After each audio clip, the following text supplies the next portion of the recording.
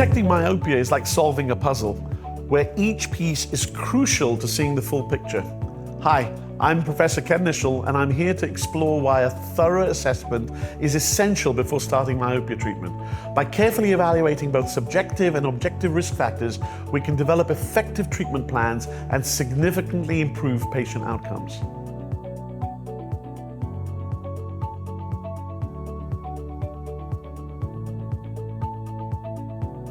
When I see a patient and I'm trying to figure out, do I need to intervene to prevent myopia progression? The first thing I look at is family history. How myopic are the parents? Is there a family history of myopia? Have they got brothers or sisters who are already myopic? And then, what's their behavior? Are they going outside? Are they spending more time inside? If there are children who like digital tools, digital games, I really try and counsel the parents against that. But immediately, I've got a child who's in a high risk group. Immediately, I'm like saying to the parents, so, little Johnny is not myopic at the moment, but he's less long-sighted than he should be for a child of his age. And they automatically usually start to talk about, you know what, I have noticed compared to my other kids that he's sort of holding things close up.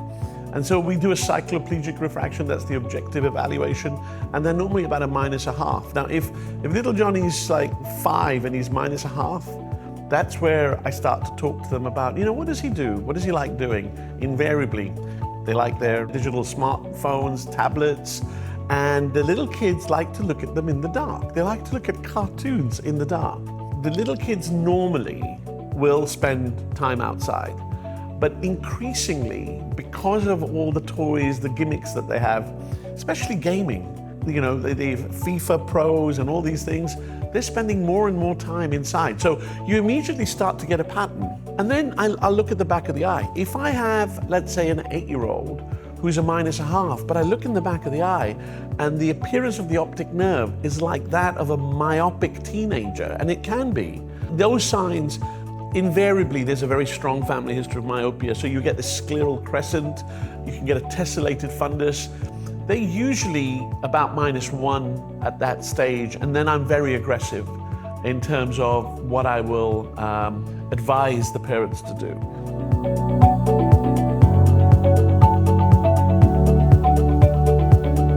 There's a lot of stuff on social media that's a bit misleading. Let me give you an example. I've had parents come to me who bought blue coatings on their glasses for their children, thinking that is anti-myopia, and it's not, because they read it somewhere, or somebody sent them an Instagram which said this is the thing to do. So I think when we talk about getting incorrect signals, it's really important that parents, if they're worried, see an eye care professional. And that doesn't have to be a pediatric ophthalmologist.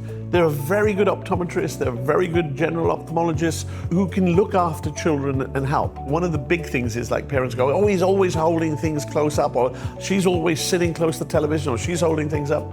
You can't take that on its own as an absolute risk factor for myopia, because it may be habitual. If you take the child, sit them back, can they still see what they were supposed to be seeing? If they can, it's likely to be habitual. If they can't, then it's refractive. And here's the other thing that's really important. If your myopia is more than your age, there's another reason. Remember, what we're talking about is progressive myopia of childhood, right? There is no pathology. But you have conditions where you can have a retinal problem, you can have connective tissue disorders. These, we have no evidence that treating these with the interventions that we have either is safe or is viable. So again, when we talk about signals and poor signals in terms of detecting progressive myopia of childhood, let's make sure that we are not treating a pathological cause of myopia.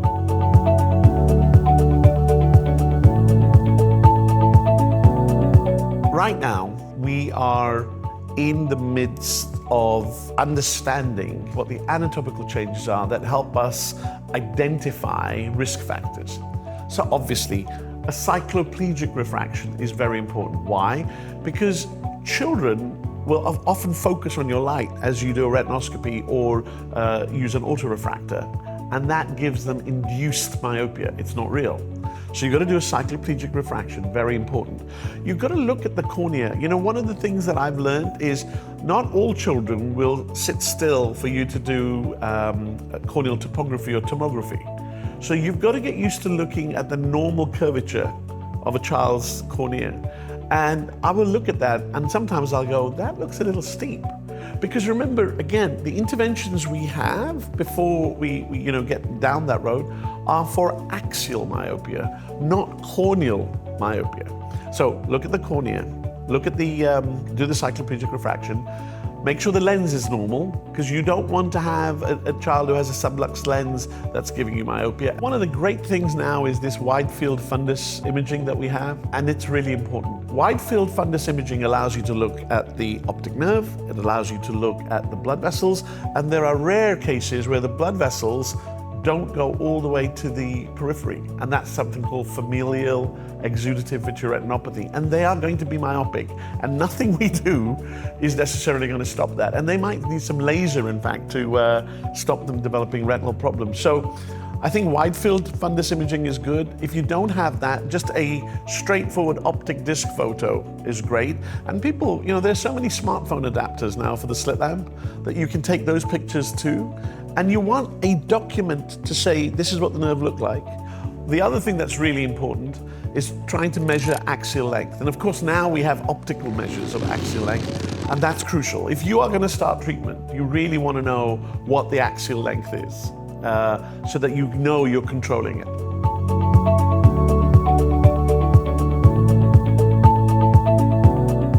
I started a myopia treatment center at Children's Hospital of Pittsburgh in 2015.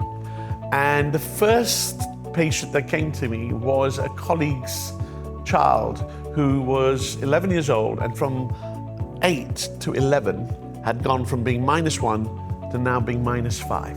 So I spoke to her, and at the time, optical lenses were not available in the United States. So I started low-dose atropine. The first thing we did was behavioral interventions. Absolutely no reading in dim light, no smartphone use in the dark, 2 hours daylight. I didn't care if it was snowing or raining. They had to be out. I've changed that a little bit. They can be by a window. They drove to Canada to get the optical defocus lenses. She's now 17, and she went up 1 diopter only. So she's -6 in both eyes, but she went from -1 to -5 in 3 years, and then from 11 to 12 to 17, we managed to slow that myopic progression. So for me, that's a huge success story. What I want to do, though, is I want to see that kid when they're -1, or maybe before they're -1, and sort of put a huge stop on that myopic progression.